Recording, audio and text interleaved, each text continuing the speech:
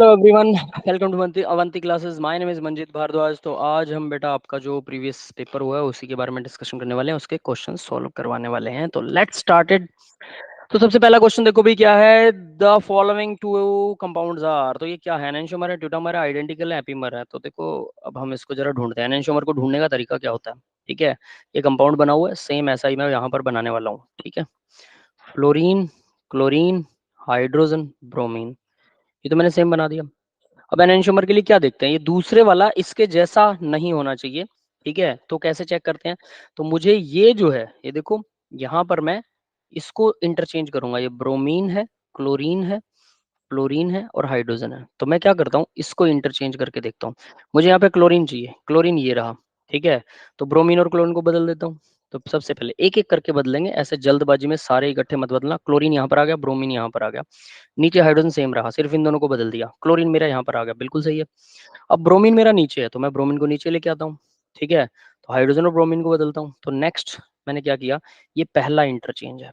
Next मैंने क्या किया, क्लोरीन को सेम रखा, ब्रोमीन नीचे ले गया, है ना, और हाइड्रोजन इधर ले आया, क्योंकि इसमें हाइड्रोजन ऐसा था, हाइड्रोजन ऊपर आ जाएगा, ब्रोमीन मेरा सेम हो जाएगा। इससे इससे सिमिलैरिटी मिला रहा हूँ भाई, याद रख लेना। ब्रोमीन नीचे आ गया, हाइड्रोजन और ब्रोमीन ये दोनों मैंने इंटरचेंज कर दिया, हाइड्रोजन और ब्रोमीन, ये रहा फ्लोरीन। ये दूसरा इंटरचेंज हो गया, दूसरा इंटरचेंज। अब देखो जरा, क्लोरीन, हाइड्रोजन, ब्रोमीन और क्या क्या मिल गया अब इसमें? क्लोरीन और ब्रोमीन मिल गए, सेम हो गए। क्लोरीन ब्रोमीन बिल्कुल सेम हो गए। ठीक है, अब अगर मैं तीसरा इंटरचेंज कर दूं, इन दोनों को मिला दूं, तो ये सेम मॉलिक्यूल बन जाएगा। तीसरा इंटरचेंज करने का मतलब, अब यहां अब याद रखना, एक बार अगर आप दो मॉलिक्यूल्स को बदल देते, तो अगर मान लो कि ये अगर ये आर था सपोज, है ना, तो ये एस हो जाए, फिर से ये एस वाला जो है ये फिर से आर हो जाएगा। यानी मैंने आर से आर बना दिया। यानी ये दोनों दो बार इंटरचेंज, इवन इंटरचेंज करते हो तो वही मॉलिक्यूल वापस बन जाता है। जब चारों ग्रुप कार्बन के अलग होते हैं तो इंटरचेंज करने पर, कोई एक इंटरचेंज करने पर मॉलिक्यूल बदल जाता है। एक पहला चेंज किया बदल गया, दूसरा किया सेम हो गया, तीसरा करूंगा फिर से बदल जाएगा। तो मेरे पास अभी तो सेम मॉलिक्यूल आ गया, ये और ये सेम मॉलिक्यूल है। ठीक है, बट तीसरा करूंगा तो ये वाला बन जाएगा, मतलब, और मुझे पता तीसरा करूंगा तो बदल जाएगा। तो तीसरे पर, अगर ये तीसरे पर बदल रहा है, तीसरे पर मेरा पहले ये वाला मॉलिक्यूल बन रहा है, सेम डिट्टो बन रहा है जो मुझे दूसरा मॉलिक्यूल इन्होंने दे रखा है, ये थर्ड इंटरचेंज हो गया। तो थर्ड इंटरचेंज पर ये फिर से आर था तो ये एस हो जाएगा। यानी मेरा मॉलिक्यूल इन्होंने तो दिया था आर, मैंने उसको एस बना दिया, तो ये डिट्टो बन रहा है, ये और ये डिट्टो बन रहे हैं। तो मतलब ये तो मेरा मॉलिक्यूल है ही नहीं ना। क्यों? क्योंकि ये तो मैंने पलट दिया, मुझे तो आर वाले देखने, तो आर तो ये है, ये भी आर है ना। और ये ये बनने पर, ये दोनों सेम बनने पर मॉलिक्यूल की कॉन्फ़िगरेशन बदल रही है। इसका मतलब इन्होंने जो मुझे दिया है, सीधी सी बात है, इन्होंने जो मुझे दे रखा है वो क्या है? वो ये डिट्टो मॉलिक्यूल तो नहीं है। इसको डिट्टो बनाने के लिए मुझे तीन इंटरचेंज करने पड़ते हैं, मतलब तीसरे इंटरचेंज में तो कॉन्फ़िगरेशन बदल जाएगी। मतलब इसकी कॉन्फ़िगरेशन अलग है, इसकी अलग है, दोनों एनेंटियोमर हैं, बात खत्म। यस, क्लियर है ना? मतलब उसको सेम बनाइए, दूसरे मॉलिक्यूल को पहले के सेम बनाइए। अगर इवन इंटरचेंज से, दो चार छह, इतने इन इवन इंटरचेंज से एक एक एटम को बदलते जाइए, किसी मर्जी को बदल दो, आपस में कितनी भी बार बदल दो, लेकिन नंबर याद रखना, दो बार बदलने पर, चार बार बदलने पर अगर सेम मॉलिक्यूल आ रहा है दो या चार बार से, तो इसका मतलब वो दोनों मॉलिक्यूल सेम है, आइडेंटिकल। अगर वो ओड इंटरचेंज से सेम आ रहे हैं, जैसा कि यहां पर दिखाई दे रहा है, हमें तीसरे इंटरचेंज पर वो सेम हो जाएंगे ओड पर, इसका मतलब वो डिफरेंट मॉलिक्यूल है, वो एनेंटियोमर है। तो ये दोनों डिफरेंट मॉलिक्यूल है, एनेंटियोमर है। दैट्स इट गाइस, है ना। ट्यूटामर और एपीमर का तो सवाल ही पैदा नहीं होता, चारों कार्बन के अलग अलग है, तो ऑब्वियस सी बात है ये एनेंटियोमर ही हो सकते थे या आइडेंटिकल हो सकते थे। That is the right option. तो यानी इवन इंटरचेंज पर सेम मॉलिक्यूल रहता है, ओड इंटरचेंज पर बदल जाता है, तो आप कितने भी इंटरचेंज कर सकते हैं। Which of the following is incorrect name? इनमें से इनकरेक्ट नेम कौन सा है, ये अब आपको बताना है। Just wait a moment guys, एक मिनट दीजिए मुझे।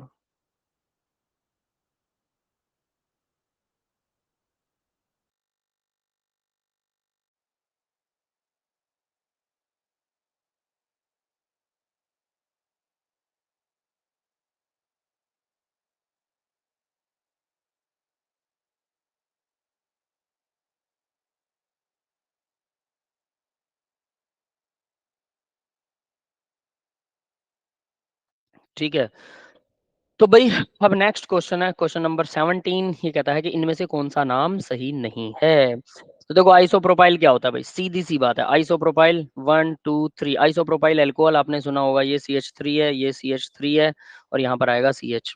यहाँ अगर OH लग जाए तो आइसोप्रोपाइल अल्कोहल होता है, ना। तो ये आइसोप्रोपाइल है, मतलब ए। ये नाम तो बिल्कुल सही है, कोई दिक्कत नहीं है। टर्शरी ब्यूटाइल, अब जरा टर्शरी ब्यूटाइल देख लो। ब्यूटाइल मेथित प्रोब्यूट, 3 कार्बन, और ब्यूटाइल CH3 और CH3।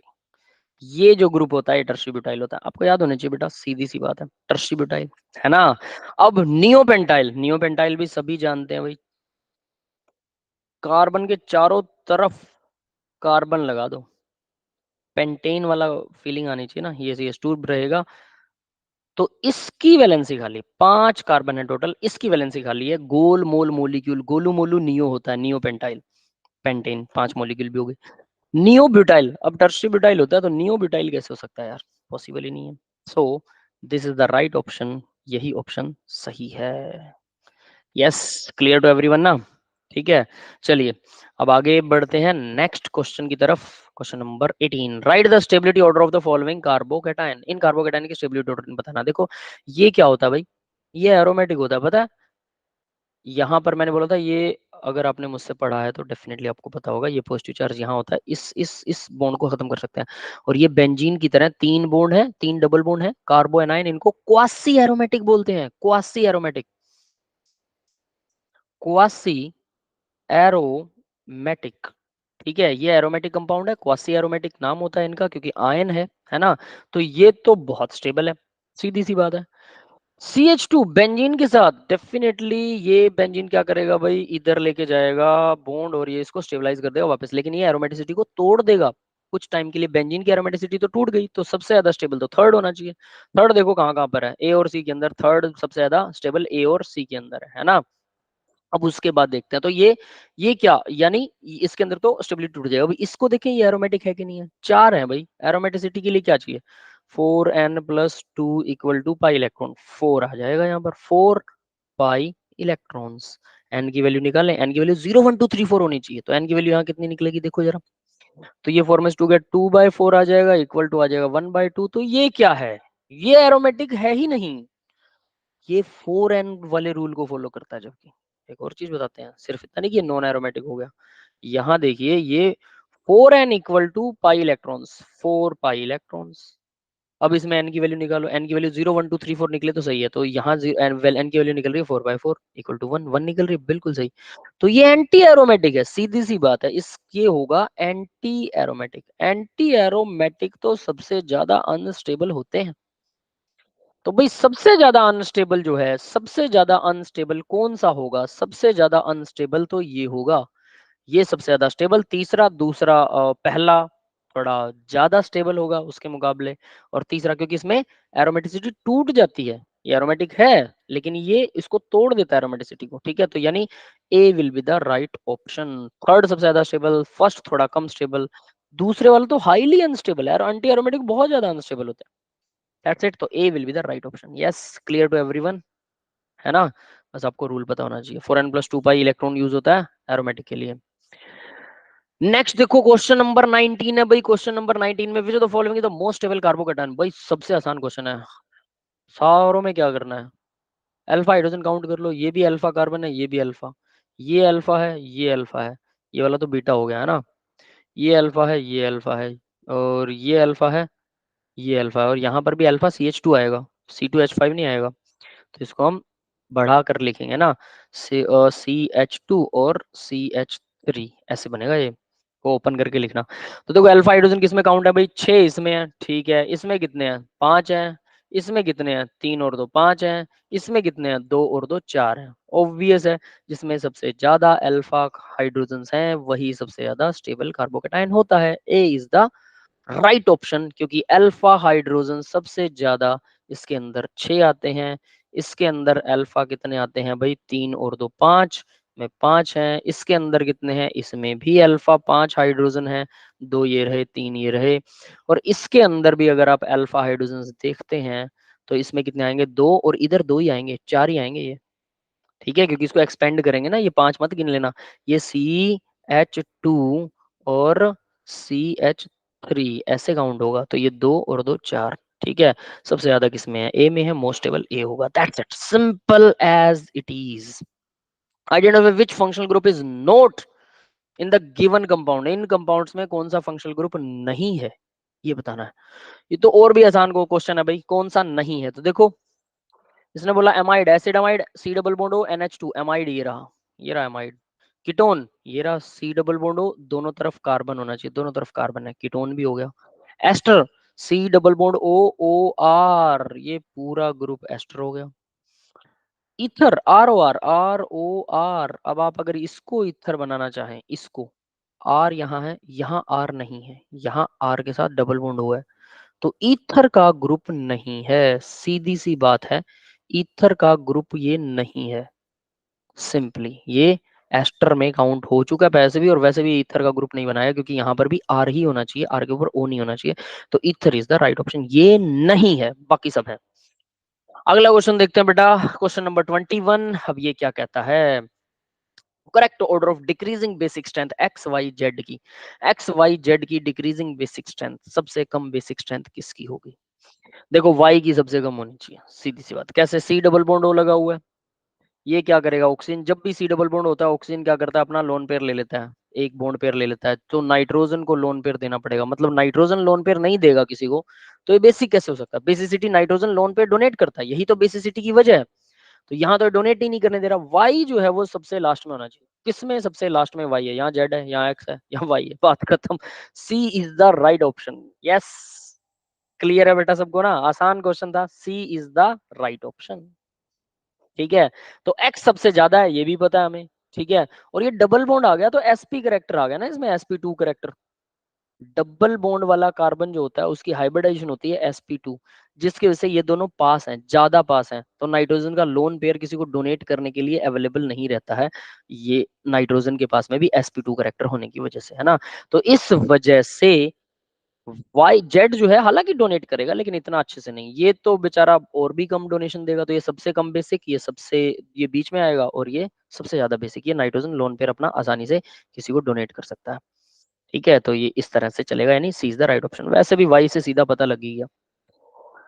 अगला क्वेश्चन देखिए, क्वेश्चन नंबर 22। ये क्या कहता है? तो ये बोल रहा है increasing order of acidic strength of given compound is. आसान सा क्वेश्चन है, बिल्कुल आसान है। एसिडिक स्ट्रेंथ, एसिडिक स्ट्रेंथ क्या होती है? H पॉजिटिव आयन डोनेट कर दे, डोनेट करने पर ऑक्सीजन पर बनेगा नेगेटिव चार्ज, है ना? नेगेटिव चार्ज बनेगा तो ऑक्सीजन अपना लोन पेयर इसको देगी, और हाइड्रोजन का लोन पेयर ले लेगी। तो बेंजीन, यहाँ पर बेंजीन को इलेक्ट्रॉन डोनेट करने वाला बैठा है भाई, CH3 इलेक्ट्रॉन डोनेट करेगा, इधर से ये डोनेट करेगा, ये डोनेट करेगा, तभी तो एसिड बनेगा। ये दोनों डोनेट कर रहे हैं, बेंजीन थोड़ी अनस्टेबल हो जाएगी। NC क्या होता है? इलेक्ट्रॉन विड्रॉइंग ग्रुप होता है, ये ज्यादा एसिडिक हो गया इसके मुकाबले, तो है ना? फिर आगे देखो, OCH3, ये तो लोन पेयर ही डोनेट कर देता है भाई साहब, वो तो हाइपर कंजुगेशन से डोनेट करता है, ये लोन पेयर डोनेट करता है, मतलब ये तो और भी वीकर हो गया, क्योंकि ये लोन पेयर डोनेट करेगा इधर, बेंजीन को इलेक्ट्रॉन मिलेगा, बेंजीन अब ऑक्सीजन से इलेक्ट्रॉन नहीं लेगा, जिससे एसिडिटी नहीं, H पॉजिटिव आयन डोनेट करके चला गया, तो डोनेट हो गया, तो ऑक्सीजन पाया नेगेटिव चार्ज, ऑक्सीजन को इलेक्ट्रॉन डोनेट करना है बेंजीन को, बेंजीन को इधर से भी देने वाला है, इधर से भी, तो बेंजीन इससे इलेक्ट्रॉन नहीं लेगी। अगर वो OH से इलेक्ट्रॉन, ऑक्सीजन नेगेटिव से इलेक्ट्रॉन नहीं लेगी, तो ऑक्सीजन नेगेटिव फिर से H को अपने पास बुला लेगा, इससे एसिडिटी कम हो जाएगी। H छोड़ने के बाद ऑक्सीजन उससे H वापस ना ले, यही होता है एसिडिटी का असली रीजन। ठीक है, तो यानी कि ये तो इलेक्ट्रॉन डोनेट कर रहा है, ये डोनेटिंग टेंडेंसी है, ये हाइपर कंजुगेशन में है, तो ये सबसे कम एसिडिक हो गया। फिर उसके बाद फिनोल है, नॉर्मल फिनोल, सबसे ज्यादा एसिडिक ये होगा इसका मतलब, क्योंकि ये इलेक्ट्रॉन ले रहा है और इधर से बेंजीन इसको देगा। दूसरे नंबर पर नॉर्मल फिनोल आएगा, तीसरे नंबर पर ये आना चाहिए, चौथे नंबर पर ये, क्योंकि ये तो इलेक्ट्रॉन डोनेट नहीं कर पाएगा, क्योंकि यहाँ से भी डोनेशन मिल रही है।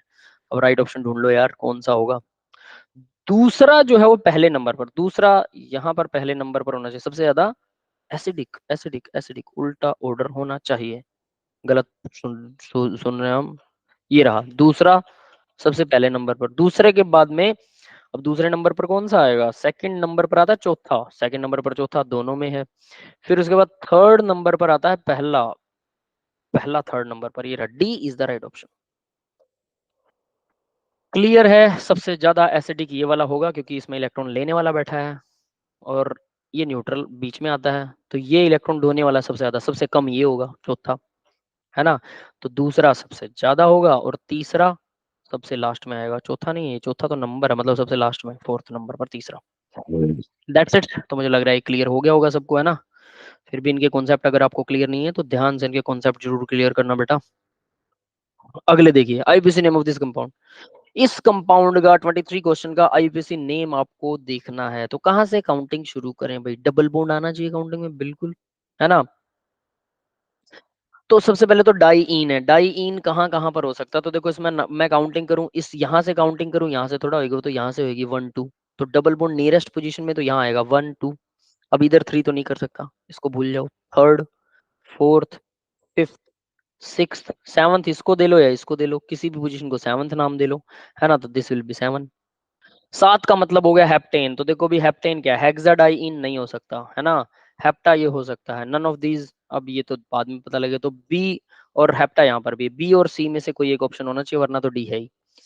तो देखो 1 2 3 4 5 6 7, हेप्टाडाइइन, हेप्टाडाइइन, हेप्टाडाइइन, यहाँ पर हेप्टाडाइइन बिल्कुल सही है, दोनों हेप्टाडाइइन है। 1 और 5 पर, 1 पर डबल बॉन्ड शुरू हो रहा है, 5 पर डबल बॉन्ड शुरू हो रहा है, ये ऑप्शन भी एलिमिनेट हो गया। 1 और 5 हेप्टाडाइइन, 1 5 हेप्टाडाइइन सही बन रहा है। पहली पोजीशन पर डबल बॉन्ड आया और पांचवी पोजीशन पर डबल बॉन्ड शुरू हुआ। उसके अलावा क्या, दूसरी पोजीशन पर मिथाइल है, CH3 लगा हुआ है। यहाँ छठी पोजीशन पर CH3 लगा हुआ है। तो 2 और 6 dimethyl heptadiene, hepta 1 5 diene. C will be the right option for this question. Clear है सबको? चलिए अब आगे बढ़ते हैं क्वेश्चन नंबर 24 के ऊपर। क्या कह रहा है ये? With the following compound, lone pair of nitrogen not conjugated with pi electrons in the ring. Ring में जो पार्टिसिपेट नहीं कर रहा, देखो ये रिंग में पार्टिसिपेट करता है, ये यहाँ जाएगा, ये यहाँ जाएगा, रेजोनेंस घूमेगा। रिंग में पार्टिसिपेट करता है, बिल्कुल करता है, लोन पेयर नाइट्रोजन का। ठीक है, फिर उसके बाद में सी वाला देखो, नाइट्रोजन का लोन पेयर जो है वो इधर जाता है, और बेंजीन पर फिर ये क्या होता है, ये नेगेटिव चार्ज ऐसे सर्कल करने लग जाता है, नेगेटिव रेजोनेंस घूमता है, तो ये भी पार्टिसिपेट करता है। ये पाइरिडाइन है, इसका लोन पेयर बेंजीन रिंग के अंदर, ये लोग ऐसे घूमते रहते हैं, ये लोन पेयर पार्टिसिपेट नहीं करता, ये बाहर ही रहता है। तो ये B is the right option. B होना चाहिए ना, बहुत ए और बी नहीं हो सकते, ए पार्टिसिपेट नहीं कर रहा, याद रख लेना। क्लियर है भाई सबको? लोन पेयर बेंजीन रिंग के अंदर नहीं जाता, ठीक है, बेंजीन रिंग अपना काम चला रही है पाइरिडाइन में। क्वेश्चन नंबर 25 देखिए भाई, क्वेश्चन नंबर 25 क्या कहता है? विच इज वीकेस्ट बेस, सबसे वीक बेस क्या है? बेंजीन रिंग है पीछे, फिर CH2 है। नाइट्रोजन अपना लोन पे डोनेट कर सकता है, बिल्कुल कर सकता है, लेकिन अब यहाँ देखते हैं नेक्स्ट वाला। नाइट्रोजन अपना लोन पे डोनेट कर सकता है, बेंजीन रिंग है और CH2 है, कोई दिक्कत नहीं है। यहाँ देखो NO2 ग्रुप, पॉजिटिव चार्ज है नाइट्रोजन पर, यहाँ पर भी नाइट्रोजन अपना लोन पे डोनेट कर सकता है, लेकिन ये पॉजिटिव चार्ज कार्बन से इलेक्ट्रॉन लेगा, कार्बन फिर नाइट्रोजन से लेगा, तो इसका लोन पेयर थोड़ा सा कम हो जाएगा डोनेशन। यहाँ देखिए CHO ग्रुप बैठा है, डबल बॉन्ड O, ये O का डबल बॉन्ड इधर है ना। तो जब भी ये डबल बॉन्ड O इधर होगा तो ये ऑक्सीजन अपना लोन पेयर लेगा, जिससे नाइट्रोजन का लोन पेयर जो है वो कार्बन ले लेगा। भाई यहाँ कोई नहीं ले रहा था नाइट्रोजन का लोन पेयर, बस खींचातानी चल रही थी थोड़ी बहुत, ठीक है। लेकिन इस जगह तो नाइट्रोजन का लोन पेयर कार्बन ले जाता है, तो सबसे वीक बेस यही होगा, D will be the right option, सबसे वीक, है ना। क्योंकि नाइट्रोजन का लोन पेयर ही लेगा, नाइट्रोजन अपने लोन पेयर को ही तो डोनेट करके बेसिसिटी दिखाता है। अब आप कहेंगे तो फिर तो ये बेसिसिटी खत्म ही हो जाएगी, जीरो हो जाएगी, नहीं। जीरो नहीं होती बेसिसिटी, कारण क्या है? क्योंकि वो ले रहा है डबल बॉन्ड, वो वापस भी दे देता है, वो तो कभी ना कभी उसको मौका मिलता है वापस डबल बॉन्ड देने का। दैट इज वाई जीरो नहीं होती बेसिसिटी, दैट्स इट, है ना। अगला क्वेश्चन देखते हैं बेटा, question number 26। Number of chiral carbon atom in the compound XYZ respectively would be. Chiral carbon atom, chiral क्या होता है? जिसके चारों ग्रुप अलग हो, ये कार्बन है, दो हाइड्रोजन लगे हुए हैं, ये कार्बन है, एक हाइड्रोजन, लेकिन डबल बॉन्ड वाला तो कायरल होता ही नहीं, खत्म। डबल बॉन्ड वाले में तो 3 ही होते हैं, हमें तो 4 ग्रुप चाहिए, तो ये कार्बन और ये कार्बन कायरल नहीं हो सकते। ये कार्बन पर भी 2 हाइड्रोजन है, हर किसी का चेक करना है आपको ऐसे, है ना। अब ये वाला जो कार्बन है, इसके ऊपर एक हाइड्रोजन है, ये मिथाइल है, इधर से एक ग्रुप है, एक इधर से ग्रुप है, ठीक है। तो ये इसके तो चारों ग्रुप अलग हो गए, इस कार्बन के चारों ग्रुप अलग हो गए, एक हाइड्रोजन, एक मिथाइल, फिर एक ग्रुप ये है, फिर एक ग्रुप ये है। लेकिन ध्यान दो, यहां पर कार्बन है, इधर भी कार्बन है, यहां पर डबल बॉन्ड वाला कार्बन है, इधर भी डबल बॉन्ड वाला कार्बन है, फिर खत्म ही हो गया। मतलब ये दोनों ग्रुप सेम है, ये वाला ग्रुप और ये वाला ग्रुप इस कार्बन के लिए सेम है। सेम ग्रुप अगर होते हैं, हमें तो चारों ग्रुप अलग चाहिए कार्बन पे, तब वो कायरल होता है ना। तो ये चारों ग्रुप अलग नहीं है, ये कायरल नहीं है, सीधी सी बात है। तो यहाँ पर जीरो बनेंगे। अब जीरो से शुरुआत किसकी होती है, देखो ए राइट ऑप्शन है, सीधा ही मिल गया। इसमें जीरो है, अगले में दो होने चाहिए, कैसे? अब देखो यहाँ ये कार्बन के साथ एक हाइड्रोजन है, इधर भी एक कार्बन के साथ हाइड्रोजन है, क्या इसमें सेम नहीं है? इसमें भी तो सेम मिलेंगे ना, सोच के देखो। इसमें सेम कैसे नहीं हो सकते भाई? इधर गए CH3 आया, CH2 आ गया, फिर मिथाइल आ गया, ठीक है। इस तरफ जाएंगे CH2 आ रहा है, बिल्कुल सेम आ रहा है, उसके बाद फिर CH2 आ रहा है, और इसमें इस तरफ जा रहे हैं तो मिथाइल आ रहा है ना बीच में। यानी कि अगर मैं इस कार्बन के, ये वाले कार्बन के ग्रुप देखता हूं, तो ये दोनों तो अलग दिख ही रहे हैं। ये इधर CH2 आ रहा है, इधर जा रहा हूँ CH2 आ रहा है, सेम हो गया। CH2 से नेक्स्ट में CH2 आ रहा है, इससे नेक्स्ट में कार्बन के साथ मिथाइल आ रहा है, तो बदल गया ना। तो इसका मतलब सेम ग्रुप नहीं है, तो ये कायरल है। ये वाला भी कायरल है सेम। इसमें इधर जा रहे हैं CH2 आ रहा है और फिर मिथाइल आ रहा है, इसमें इधर जा रहे हैं CH2 CH2 CH2 CH के साथ फिर मिथाइल आ रहा है, तो तीसरे नंबर पर तो दोनों ग्रुप साइडों के अलग हो गए। तो दो कार्बन है, बिल्कुल दो कायरल कार्बन है, जिनके चारों ग्रुप अलग है। नेक्स्ट वाले में देखो, ये मिथाइल है, यहाँ पर करो डबल बॉन्ड, इस तरफ CH2 है, इस तरफ कार्बन डबल बॉन्डेड है, तो ये भी अलग हो गया। एक ही कार्बन है जिसके ऊपर चारों ग्रुप अलग है, बाकी सबके तो सेम है। डबल बॉन्ड वाले कार्बन तो काउंट ही नहीं होते, तो यानी 1 होगा इसमें। इस तरह से A option will be right option. चारों ग्रुप कार्बन के अलग ढूंढने हैं, डबल बॉन्ड वाले में तो तीन ही ग्रुप होते, तो उसको तो काउंट ही नहीं करना। तो चारों ग्रुप अलग होने चाहिए, बार बार घुमा के देखिए, जहां पर अलग आ रहे हैं तो वो कायरल होगा। क्वेश्चन नंबर 27 देखिए भाई, क्वेश्चन नंबर 27 के अंदर, the following compound have less enol content. Enol content less किसमें होगा? ये क्वेश्चन थोड़ा सा गड़बड़ घोटाले वाला है, ठीक है। देखिए कैसे, डबल बॉन्ड हुआ है, इसको ध्यान से चेक करना पड़ेगा। यहाँ पर जो हाइड्रोजन है, दो हाइड्रोजन, उनमें से एक हाइड्रोजन क्या करेगा, ये मान लो एक हाइड्रोजन इधर है, ये वाला बॉन्ड इधर जाएगा और ये वाला बॉन्ड इधर आ जाएगा, हाइड्रोजन और ऑक्सीजन के बीच में बॉन्ड बन जाएगा। यानी कि मैं अगर इसको बनाना चाहूँ, तो ये नेक्स्ट वाला जो बनेगा इसका, ठीक है, ये ऑक्सीजन यहाँ लगा हुआ था, इसके साथ H ये लग गया, और यहाँ बन गया एक डबल बॉन्ड, ठीक है। और यहाँ पर था नाइट्रोजन और यहाँ इसके साथ H लगा हुआ है, ये बन जाएगा, ठीक है। इनोल फॉर्म बन रहा है बिल्कुल। इसमें अगर बनाए तो डबल बॉन्ड ओ से ये वाला, जो देखो ये वाला हाइड्रोजन इधर लग जाएगा ना, तो ये बॉन्ड इधर जाएगा, ये हाइड्रोजन इधर लग जाएगा, तो इसका क्या बनेगा, ध्यान देना भाई। तो इसका क्या बन रहा है, पेंटागनल रिंग है। सबसे पहले तो पेंटागनल रिंग बनानी है, हेक्सागोनल मत बना देना, है ना। यहाँ नाइट्रोजन है, यहाँ भी नाइट्रोजन है, फिर ये डबल बॉन्ड O था तो ऑक्सीजन, इसके साथ H लग जाएगा, ये वाले H ने अपना डबल बॉन्ड इधर दे दिया था, तो ये डबल बॉन्ड बन गया। नेक्स्ट डबल बॉन्ड बन गया, इन दोनों के बीच में बॉन्ड आ जाएगा, OH बन गया, है ना। यहाँ ऑलरेडी डबल बॉन्ड था, यहाँ पर बिल्कुल है डबल बॉन्ड, OH आ गया। नाइट्रोजन के पास में लोन पेयर है, याद रखना, और एक H लगा हुआ है, तीन लोन पेयर हो गए, ये एरोमेटिक बन गया, एरोमेटिक। तो अगर ये कंपाउंड, ध्यान देना अब, अगर ये कंपाउंड क्या होता है, इनोल फॉर्म, इन इन मतलब डबल बॉन्ड, इन, और ओल अल्कोहल, ओल, इनोल फॉर्म में ये स्टेबल है, एरोमेटिक है तो ये स्टेबल है, यहां रहना पसंद करेगा, ठीक है। तो अगर ए से, ये पहले वाले से इनोल फॉर्म बनी तो वो इनोल में रहना पसंद करेगा, दूसरे वाले से बनी तो वापस कीटोन वाली फॉर्म में चला जाएगा। तो पहले वाला इनोल फॉर्म में ज्यादा स्टेबल है, ए इज द राइट ऑप्शन। और इसका ऑप्शन ना यहाँ गलत दिया हुआ था कि बी, ठीक है।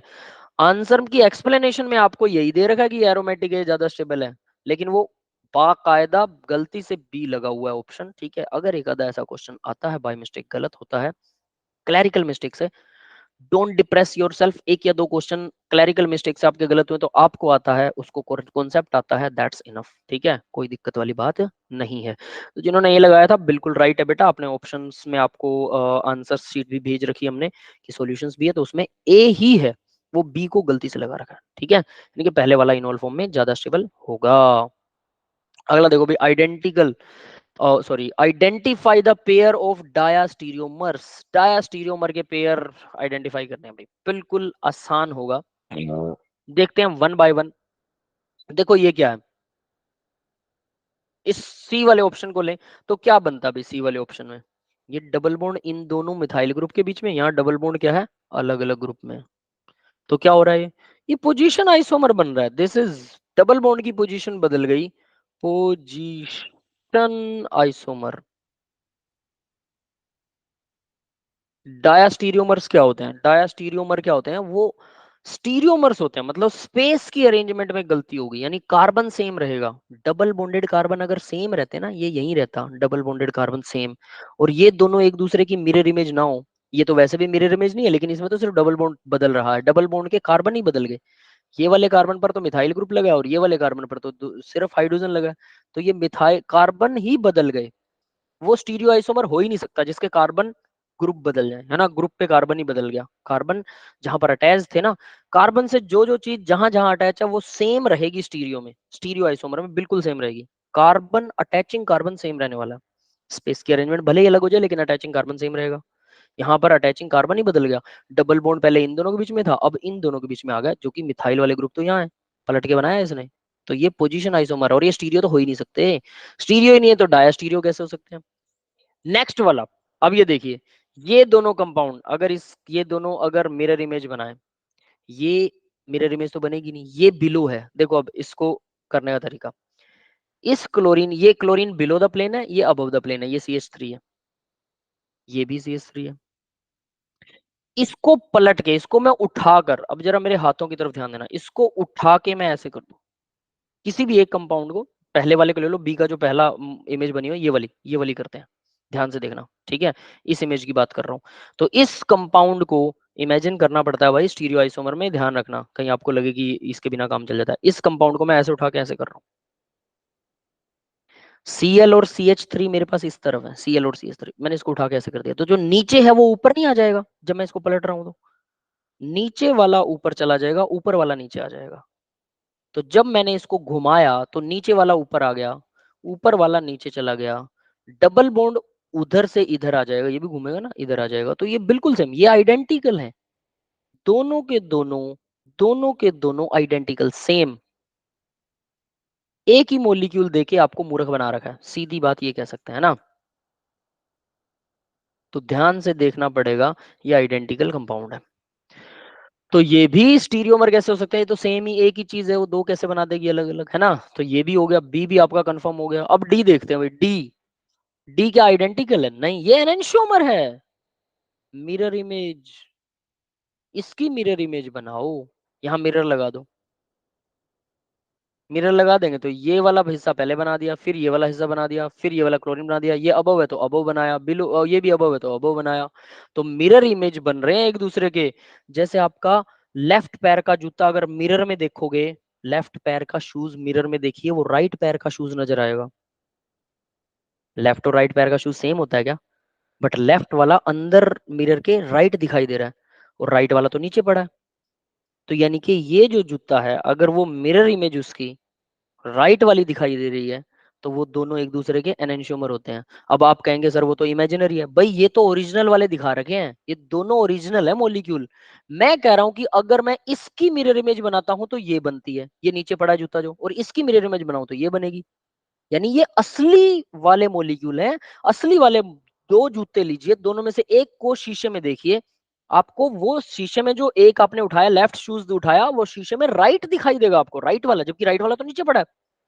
राइट वाले को देखेंगे तो लेफ्ट वाला दिखाई देगा, तो इसको चेक करने का तरीका है एनेंशियोमर को कि मिरर डाल दो बीच में, और देखो लेफ्ट वाले का मिरर राइट में दिखाई दे रहा है, तो मैंने मिरर डाला बीच में और मिरर इमेज बना दी, तो ये लेफ्ट अगर था, ये लेफ्ट शूज था, तो ये राइट वाला दिखाई दे रहा है, लेफ्ट शूज अंदर दो, और मिरर हटा दो क्योंकि ये असली मॉलिक्यूल है दोनों, तो आप दोनों यूं समझ लो, आप ना एक्चुअल में इमेजिनरी मिरर डाला था आपने, आपने एक लेफ्ट जूता लिया अपने हाथ में, एक राइट शूज लिया अपने हाथ में, दोनों के बीच में मिरर डाल दिया, तो दोनों तरफ से दिखता है, इस तरफ से देखेंगे तो राइट वाले के लेफ्ट वाला शूज दिखाई दे रहा है, और इधर से देखेंगे तो लेफ्ट वाले शूज के मिरर के अंदर राइट वाला दिख रहा है, मिरर को हटा दो, दोनों असली वाले हैं, मतलब ये एक दूसरे के सेम नहीं है ये मॉलिक्यूल, ये दिख रहे हैं सेम, तो यही होते हैं एनेंशियोमर ना, एनेंशियोमर्स, यही एनेंशियोमर्स है, समझ गए, तो ये होते हैं भाई एनेंशियोमर। नेक्स्ट, फिर बचा क्या? डायस्टीरियोमर क्या होते हैं? ये डायस्टीरियोमर है भाई, ए इज द राइट ऑप्शन। ये सारी कहानी इसलिए बता रहा हूँ, थोड़ा सा थ्योरी हो जाए। तो देखो क्या होता है इसके अंदर, दोनों क्लोरीन अबव द प्लेन है और दूसरे में एक क्लोरीन अबव एक बिलो है। दोनों अगर बिलो होते हैं, दोनों अबव होते तो पलट के हम सेट कर देते, आइडेंटिकल हो जाते हैं। तो एक अबव एक बिलो है। तो अगर मैं इधर वाले को उसके ऊपर फिट करना चाहूं, घुमा के, कैसे भी उल्टा पुल्टा घुमा के आप किसी को भी अगर फिट करना चाहें, is this possible to fit that? क्या ये पॉसिबल होगा?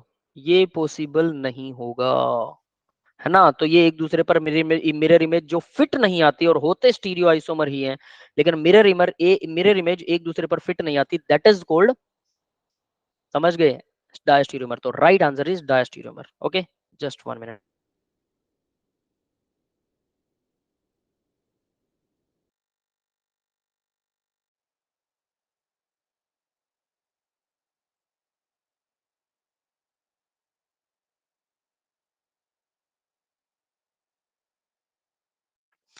ठीक है, तो भाई क्वेश्चन नंबर 28 हो चुका है। अब देखते हैं क्वेश्चन नंबर 29। ठीक है, तो अब क्वेश्चन नंबर 29 देखिए, ये भी बड़ा घुमाऊदार है। Identify the structure that is optically active. Optically active क्या होता है? वही जो एनेंशियोमर होते हैं, डायस्टीरियोमर होते हैं, कुछ ना कुछ होते हैं। तो आइडेंटिफाई करना है, कैसे करें? ध्यान देना भाई, बड़ा मजेदार क्वेश्चन है। क्या इसको बीचों बीच में से काट सकते हैं? बिल्कुल काट सकते हैं। बीचों बीच में से काट दिया, ये बन गया plane of symmetry. Plane of symmetry बन रहा है इसमें। बीच में से काट देंगे, प्लेन ऑफ सिमेट्री बिल्कुल सही बनेगा इसमें। नेक्स्ट, क्या इसको बीच में से काट सकते हैं? बिल्कुल, ये भी काट सकते हैं। ये भी तो ऊपर वाला ही है, सेम वो उसको पलट के दे रखा है। ये भी प्लेन ऑफ सिमेट्री बनाता है, प्लेन ऑफ सिमेट्री।